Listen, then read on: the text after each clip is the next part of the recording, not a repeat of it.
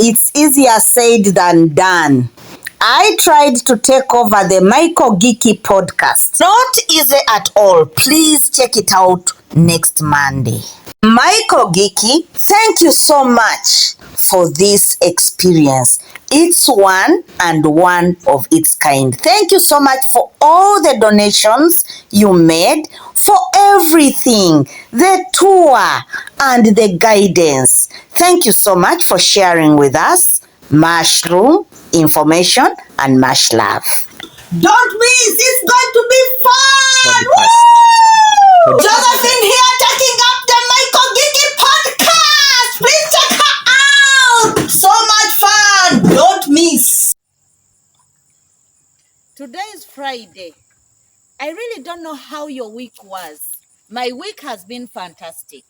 Maybe you didn't have a wonderful week. Even if you had a wonderful week, please take off time, go and rest, love yourself, think about what happened during the week, and then refocus for the next week. It's very, very important that you take a rest. Please go and rest. May you have a wonderful weekend. Lots of love from Ohio. Going to the woods. Going to the woods. Come slowly. Walk slowly. Once we get back here, then I'll have Vicky use my phone for the video. So I'll have the video ready to go. It's a nice place. Oh, look at how big the trees are. Ha, look at this firewood. If it was at home, look at all that firewood. Yeah. If it was at home, you know. Enoki? Enoki. Yeah, enoki is a, they're often sold in Japanese Restaurant. like restaurants and in Asian restaurants. They cultivate it, but we have a wild enoki that grows here out of hardwood trees, but it likes really cold weather. Okay. So you find them in really late fall and winter and early spring. They're also called velvet foots. Velvet foots. Because the base of the mushroom is like black and soft like velvet. Wow. And they're a little sticky and kind of weird, but they taste very, very good. Okay. It's too hot now for those. Okay. Let's head this way. So by the way, this is the mushroom hunter. The mushroom hunter. Yeah. So he's doing what he really knows as the hunter. And as we walk, we are looking for mushrooms. It is so, look, the environment is really good. Yeah, this is the perfect woods to hike because of the, there's not a ton of weeds, there's not a ton of plants on the ground. Ooh, I didn't see these mushrooms. You're hunted. Found them. I've hunted. You're hunting mushrooms. Let me pray the hunter will not be hunted. Yeah. So we have 4 mushrooms to make a video. These are honey mushrooms. Honey? They're called honey mushrooms. Not because they taste like honey, but because the caps are kind of yellow and amber like honey. Okay. These are edible mushrooms. Edible? Yes. Woo! Tugenda these. kulia. We are going to eat. That means we are going to eat. We can eat them, yes. So these but are. They are still young. They're very, very small. They often grow in big clusters like this, but we should leave them. We should probably leave these grow a little bit. Yeah, yeah, we should leave them. The thing is with these, if you let them grow too long, they get lots of bugs, lots of insects in the stems. And you eat them. And also. You can. So my mother would never be happy with you eating bugs. No. Never say it when my mother is around. Okay. Josephine's mom, I'm sorry. So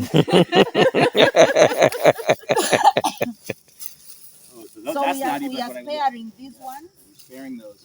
Okay, so let's do a quick little introduction video. Maybe get a little closer. So do you want it sideways or up and down? Oh, sideways. Okay. Yeah, like that. Are we both kind of in it? Yeah. Think about this for a second. So, whenever you can start. Yep. Hi, everybody. This is Don the Mushroom Hunter, and I'm here with my good friend Josephine Nakakande, who I've been spending a week with her and her husband Robert here in Kent, Ohio. Josephine and Robert are visiting from Uganda. Thank you so much for having us. We really appreciate. Josephine Nakakande, the Executive Director, Environmental Conservation and Agriculture Enhancement Uganda, Eco-Agric Uganda, and I came along with my improving livelihoods of the critically vulnerable and absolutely poor people in Uganda. We have operations in 3 districts of Uganda, which is Wakiso District in central Uganda, Hoima District in southwestern Uganda, just near Lake Albert, and also Chivale District, which is also a rural district of Uganda. We support the women, the children, and the youth with our major target on the girls. We promote mushroom growing as a source of income and livelihood. We came here to attend the Ohio Mushroom Festival, where we were selling products made by the women. These products were made by the women after they sold off mushrooms. Because of you and your support, they were able to grow mushrooms. So when they grew mushrooms, they sold them off and bought fabric so that they can sell off these materials, and they are able to grow mushrooms as a source of income. The mushrooms that we majorly promote are white oyster mushrooms.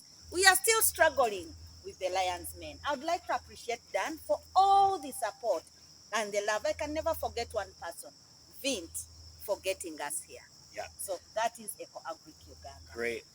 So Josephine has been on my radar since last year, where she spoke at MycoFest, a mushroom festival in Pennsylvania, and then was coming to the Ohio Mushroom Festival, which was just last weekend in Hammondsville, Ohio, and I saw her speak there as well, and saw her tent full of amazingly beautiful dresses and shirts that were made by the Ugandan women. And basically, yeah, we've been kind of spending the week together. Josephine and Robert got to visit several mushroom farms in the area. Tip of the Cap, which I just realized Robert is wearing that shirt. So Tip of the Cap mushrooms, the Spore store you visited yesterday. You visited Epiphany Mushroom, which is again where I'm the director of mycology. And so they've been pretty successful growing oyster mushrooms, like not pretty, very successful growing oyster mushrooms. They're trying to get lion's mane mushrooms up and running. That's proving to be slightly more difficult, right? Very stubborn. Yeah, they're very stubborn mushrooms. Not native to Uganda, so that's one of the issues, is that the environment's a little different. But with all of these visits to these mushroom farms, they have a lot of information now. They've learned a lot. They've received some equipment and different things that they can kind of move forward with to build like a flow hood, so they can do better culture transfers basically in a sterile environment, and some sterilizers and some substrate things to to experiment with. So I think when you get back home, you're going to have a lot of work to do, right? Please make sure you follow and see what we are doing, because we have a lot of new amazing things that we are going to do. Yeah, and for sure I'll be linking to Josephine's Instagram and all your other social media too, and really take a look at what she's doing. Lots of videos all the time, all kinds of different themes per day. Every day is kind of a different themed video, and she does some amazing content. So we're here in Kent, Ohio, hiking in the woods, and I kind of scouted this location and found 3 different species that I wanted to talk about. However, just on the way out here, Josephine found a 4th species that I didn't even see. So we're not going to necessarily pick these, but down here is these are honey mushrooms. And honey mushrooms. Yes, there's a cluster here. There's a small cluster there. Honey mushrooms are a parasitic mushroom. They grow in clusters. I'll pick one here so we can see what's on the bottom. So they have white stems. They have a veil that's covering the gills. So they have gills there, but you can't see them. So once the cap pulls away, you'll start to see the gills. These are edible mushrooms. They actually taste very good. Generally found in the spring and fall. And basically, these are kind of small. Now, if you find a bunch of these this size, I would say go ahead and harvest them, because even though they're very small, they're going to taste really good. Most of these mushrooms, once the cap starts to open up or starts to turn upside down, they don't taste as good. They start to maybe get a little bitter. The texture can get a little chewy or kind of chalky, and they're way more likely to be filled with larvae and other bugs. So the sooner you get to them, the better. And generally, when I'm picking a mushroom like this, I'm going to take a look at the stem. You're probably not going to see this, but the stem is completely solid. If there are a bunch of holes in the stem, that means insects have started to eat their way up. And very often the larvae start in the soil, and they start eating their way up the stem. And so if I see holes, I cut a little more. And if I see holes, I cut a little more. And sometimes the insects haven't made it up to the cap, and then we can just eat these. Okay. The one thing about these mushrooms, and actually one of the other species that we're going to look at, is they have to be really well cooked. So honey mushrooms, if you don't thoroughly cook them, they can cause stomach issues.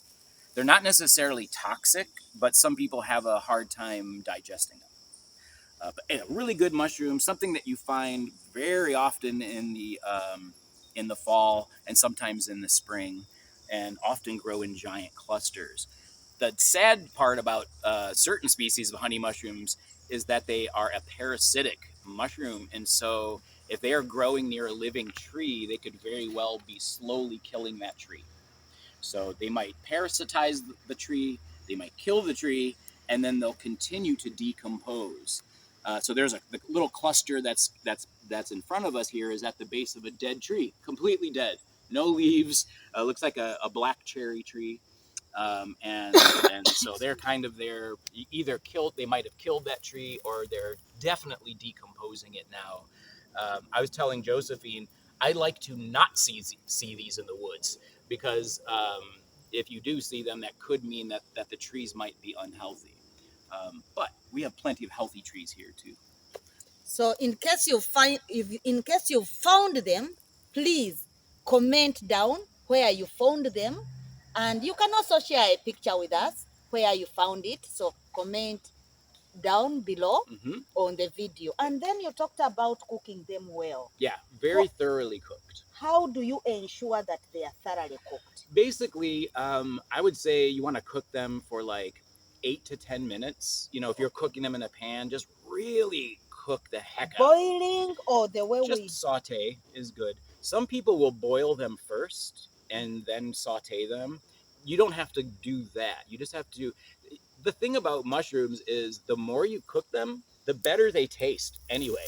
So if you overcook your mushrooms, they're going to taste better. If you just cook your mushrooms normally, like, I don't know what that means to a lot of people. Experiment with, when you think they're done, cook them about 4 minutes longer. Cook them until they're caramelized, until they start to get brown and nice and crispy edges. That not only ensures that possible stomach issues will be avoided, but they're going to taste so much better. They taste so much better than if you taste a raw mushroom. Most of the time, it doesn't taste good. And if you just gently cook it, the flavor's okay. When you really cook it well, yes, my knees are getting sore too. When you really cook it well, you're going to have a much better experience. But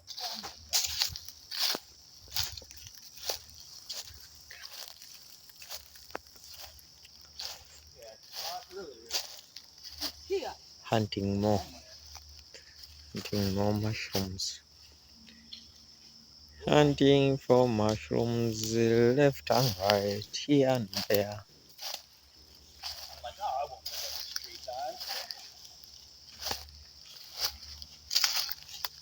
hunting for mushrooms, hunting for mushrooms. And if you're someone who would like to listen to your voice, this is the place you can come to.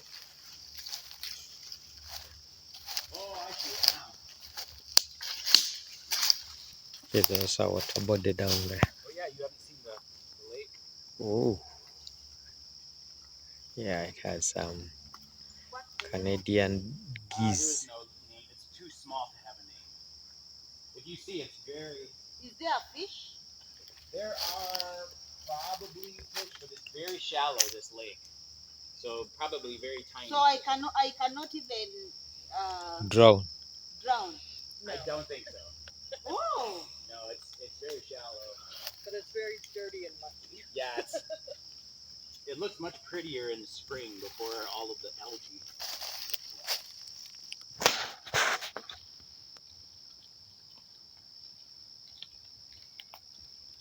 Hunting for mushrooms.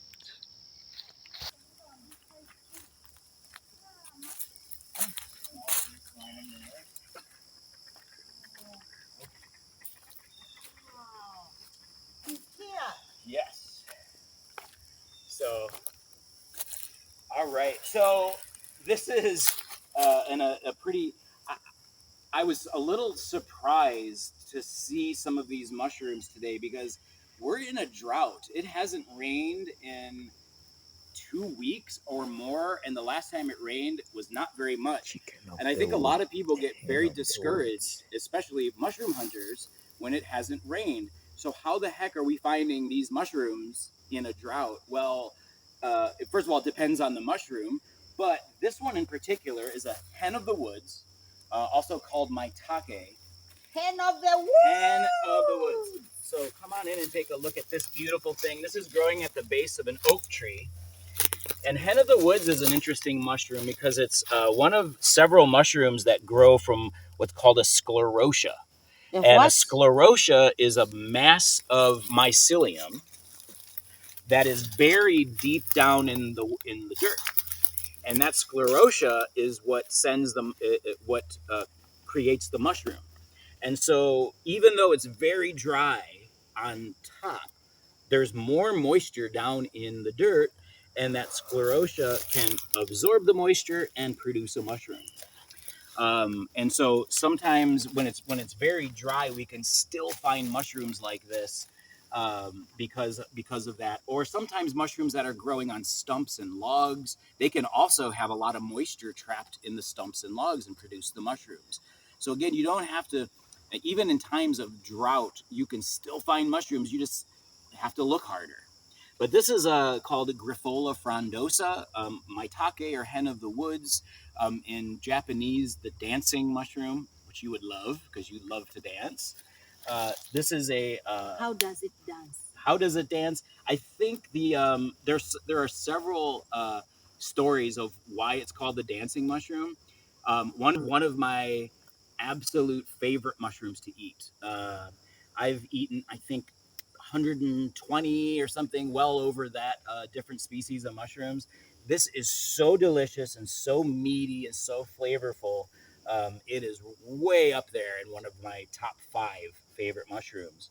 So we're gonna kind of pull this, and what I like to do with these is just to kind of get my fingers under here. This is all one single mushroom. It looks like a bunch of little mushrooms. It's one cluster. Try to break it apart. Whoa! There you go. Look at all those little buggies under there. I'm loving this thing. So this is a beautiful specimen. So hen of the woods are kind of brown to grayish on top. They're usually bright white underneath. They do not have gills. This is what's considered a polypore mushroom. So instead of having gills underneath, it has little tiny pores. That's where the spores are going to come out. And again, this is all one giant mushroom. Oh, wow. The good thing about it being in a drought is that when we find these and it hasn't rained, they're going to be much, much cleaner. Okay. If you think about this mushroom growing here, if it rains really hard, the dirt splashes up into the mushroom. Little chunks of leaves and sticks get in there, and the mushroom grows around the dirt and the sand and gets embedded inside. And I've had some of these where I haven't tested them, and I've cooked them and made a delicious meal, and every mushroom has sand in this inside. You don't see it; it's in there. So that's what I One of the good things about a drought is that these things can last or can are very, very clean. And so generally speaking, when I harvest these, I'll harvest it and I'll just kind of cut off all the dirt. And so I'm going to reach in and get my, hopefully get my knife here.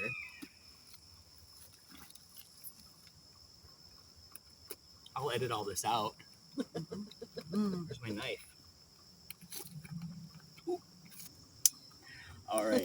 Dancing mushroom. Yeah, dancing mushroom. This is why it's called a dancing mushroom. So this is a dancing mushroom, huh? Yes. Dancing for it. Okay. Even the hawk is happy. So one thing when I harvest mushrooms is I see a lot of people that just pick mushrooms and put them right into their bag or right into their basket with all the dirt still on them. Oh. And then they pile more mushrooms with more dirt. And you just have to end up cleaning the mushrooms too much, especially if this one doesn't, but mushrooms that have gills, all that dirt can get in the gills and they're very hard to wash.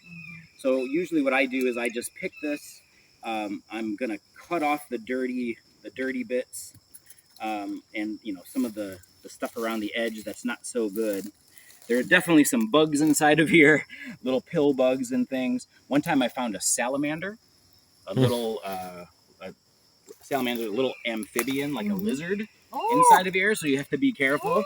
Yeah, we'll kind of take this. Sometimes I just kind of do this. This really makes the bugs mad, and they'll come out. And I'm gonna kind of clean it that's pretty clean. And stick this in my basket. But oh, this is so delicious. We had some of these the other night that I just cooked in a little olive oil with some fresh thyme, and they're so good. Very meaty, a very good meat. Oh, delicious. So delicious. But one of my favorite mushrooms. But we're only a third of the way there. We have other mushrooms to take a look at today. So let me put this in the basket. And let's go find something that is nearly impossible to miss if you see it in the woods. See you. Oh, that little one there. Yeah. Are you taking it or you leave it to first go? This one I'll leave. This is a little small. Last year, there were so many of them last year. Just Something interesting that I've seen is that when they harvest, they leave some. So we have harvested from the other side, and there is also this small one. So we are leaving it to grow. There we left the honey mushrooms. The honey mushrooms to grow. It is really surprising. I don't think that is practical at all. We pick everything. Well, here's the thing, though. The mushrooms are the fruit. So even if you pick them all, it's not going to hurt anything because the mycelium is still there. The one thing that happens when you pick the mushrooms is that if you take them all, you're taking the spores away so that the spores can't get out and produce more mushrooms. But by the time you harvest a mushroom, especially in the wild, it is usually released millions of spores before you harvest it. So for a lot of mushrooms, you can't over harvest them. It's kind of almost impossible. Now for some mushrooms, it's definitely, like the honey mushrooms, the veil was covering the gills, and so that hasn't released spores. But that's a good thing because we don't want more honey mushrooms around because of their parasitic nature. This is a mild parasite too. So this will slowly kill this tree. Really? Possibly. It causes the roots or the inside of the tree to start to rot a little, but it takes many, many, many, many years to do that. Now, is it possible that another hen of the woods will grow exactly on the same spot? Yes, that's probable. So let us mark here. Yeah, well, remember we come back this. next year. Next year we'll come back. When can it grow again? Only in fall. So these mushrooms are usually very late August to They only grow in fall, never in spring or summer. They like it cold. And yes, because of that sclerotia that's down underneath buried in the roots, the mushroom is going to come up in the same spot every year. Okay. Maybe 2 inches this way, 2 inches that way, but in the same, usually in the same little nook of the tree.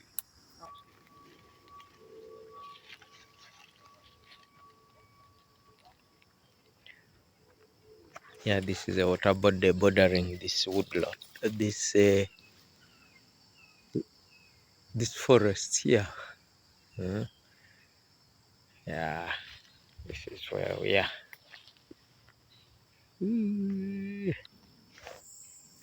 This is the whole woods. Call them woods. I may call them forest. Hunting for the mushrooms, mushroom foraging. We are hunting for these mushrooms.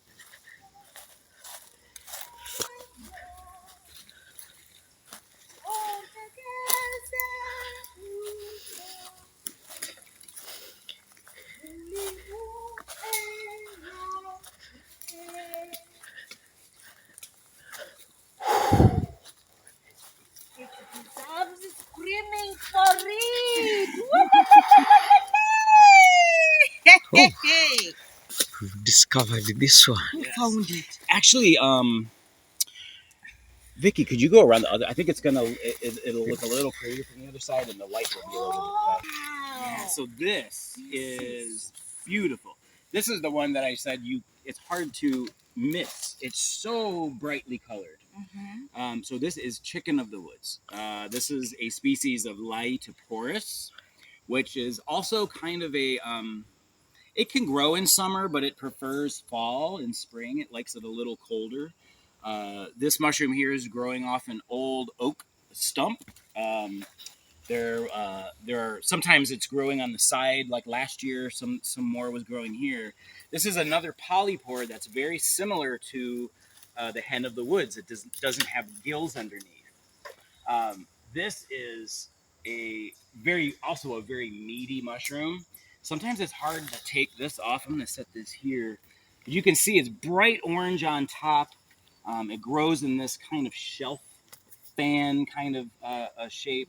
And this is a big mushroom. Very big. Oh, Don't break it. broke a little bit. Whoa, there's a lot of bugs in this thing. But yeah, look at this.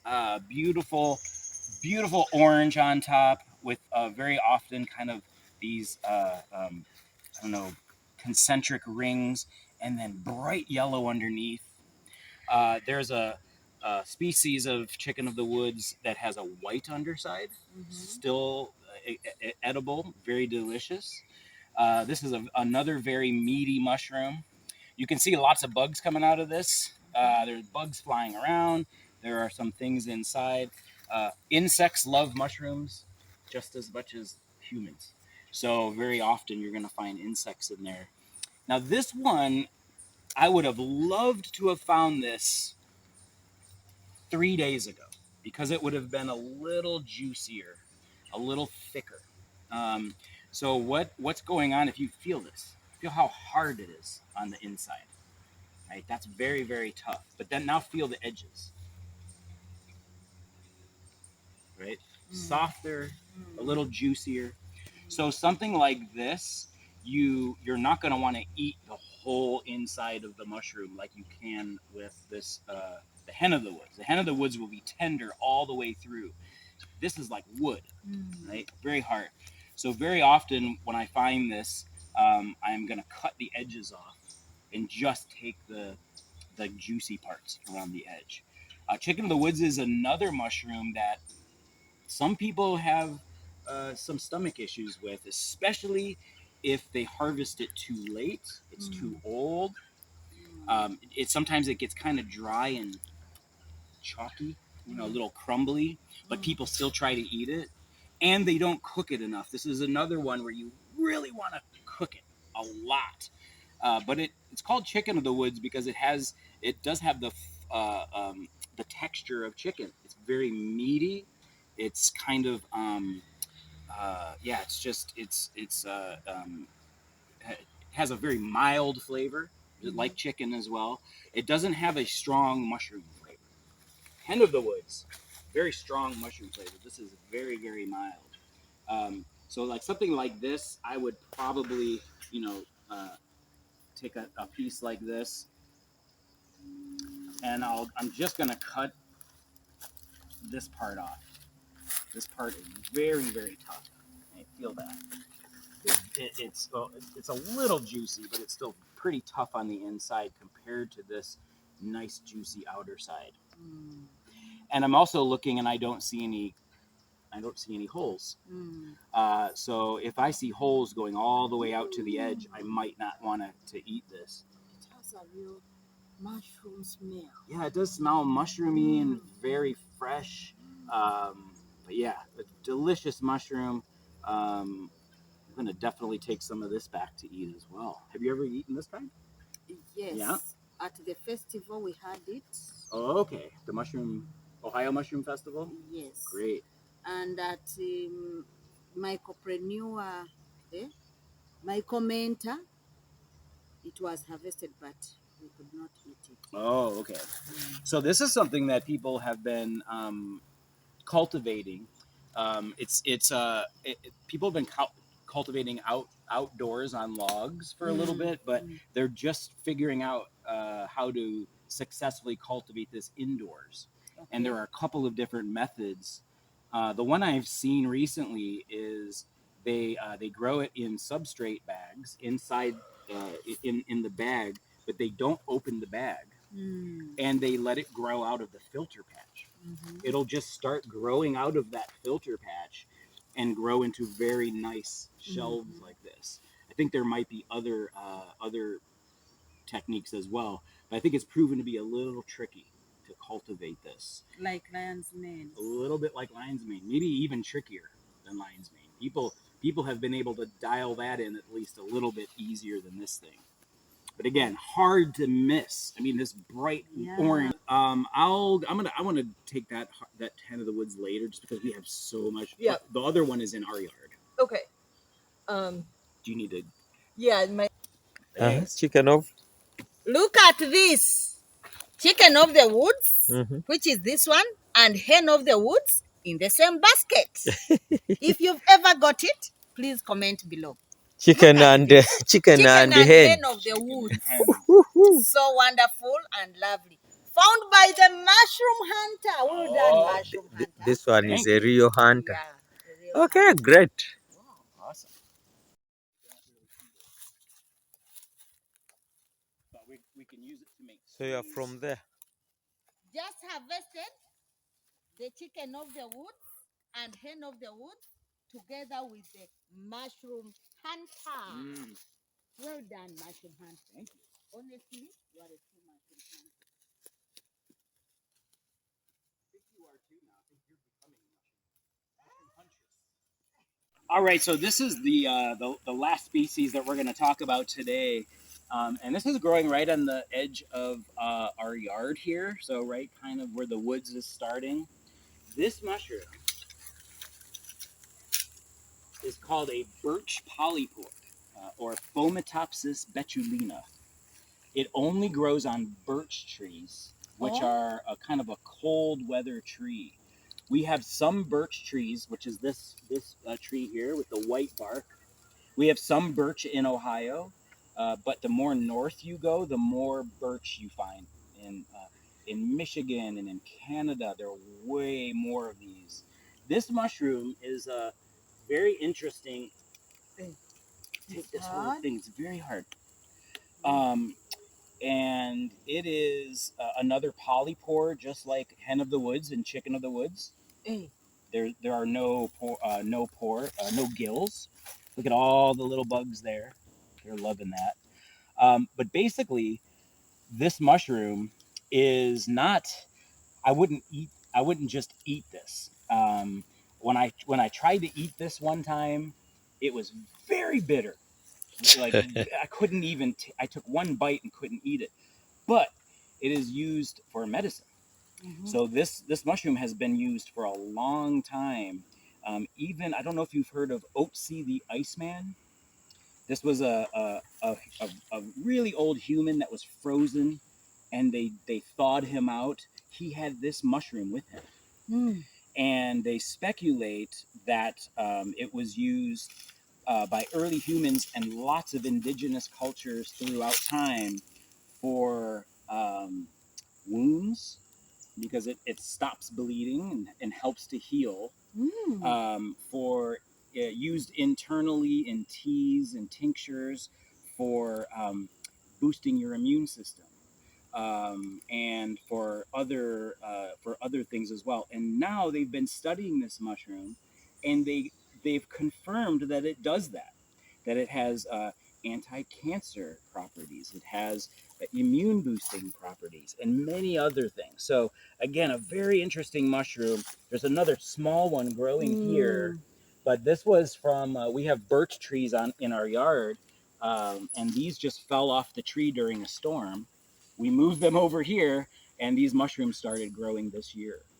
So again, it's not necessarily something we're going to look for to eat, but now we can. That it doesn't have pores. Mhm. Pores. It doesn't have gills. It doesn't have gills. But the spores come out of the pores underneath. So they're kind of well, I'm not seeing any now. But basically, to use this, you would slice it, you would dehydrate it, and then you would make a tea, or you soak it in alcohol to get the immune boosting compounds. All of those compounds would come out, and then you would take that little bit of tincture or drink the tea. So again, not something we want to cook and eat, but a pretty interesting mushroom that I figured we'd talk about since it's right here growing in my yard. Thank you. But thank you so much for sharing. You're welcome. So yeah, this has been a great day. We've been hanging out all day. Follow Josephine. Take a look at what she's doing. Throw it out there. Share it. Again, it's amazing once you really look and see what we're all doing here. And it's mushrooms that are bringing us all together, right? We've made so many friends just over this hobby of growing mushrooms, hunting mushrooms. I also want to give a shout out to Robert, who's now the camera person, and our neighbor Vicky was doing all the camera work earlier. So I want to give a shout out to these people. But gosh, so happy to have finally met Josephine in real life, and very sad that that you're going to be leaving tomorrow, or leaving in a couple days. But I'm not going to see you after tomorrow. But we're going to have a great day today as well. And yeah, check out Eco-Agric Uganda. All the links will be in the description below with all of her social media. And so glad to find families to connect with you. Thank you so much for having You're welcome. Thank you so much for everything. We've been so comfortable. When someone starts singing, then you know that person is feeling at home. And you sing a lot, so that's saying a lot. Thank you so much. Please convey our sincere thanks to your wife, Sarah, to everyone who has loved us, supported us, welcomed us. We really feel at home. Thank you, thank you, thank you. Happy hunting. Thank you. Great.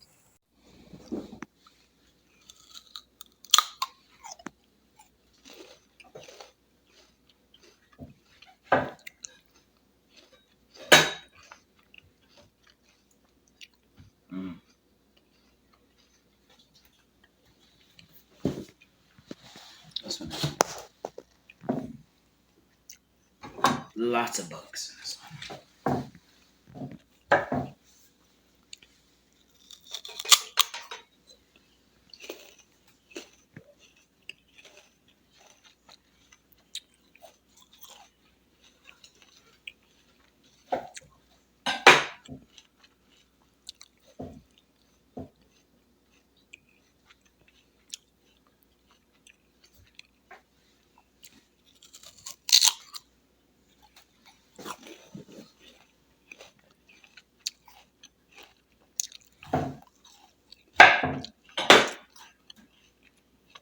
Look. Oh no.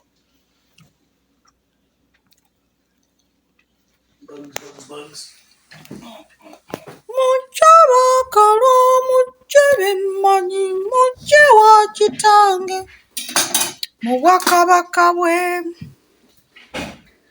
Mucebemanyi muce wa kitange mu bwakabaka bwe.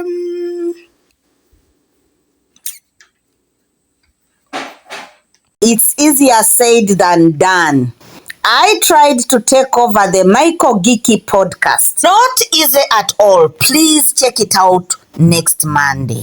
Eco-Agric, thank you so much for this experience. It's one of its kind. Thank you so much for all the donations you made, for everything, the tour and the guidance. Thank you so much for sharing with us mushroom information and much love. Don't miss, it's going to be fun!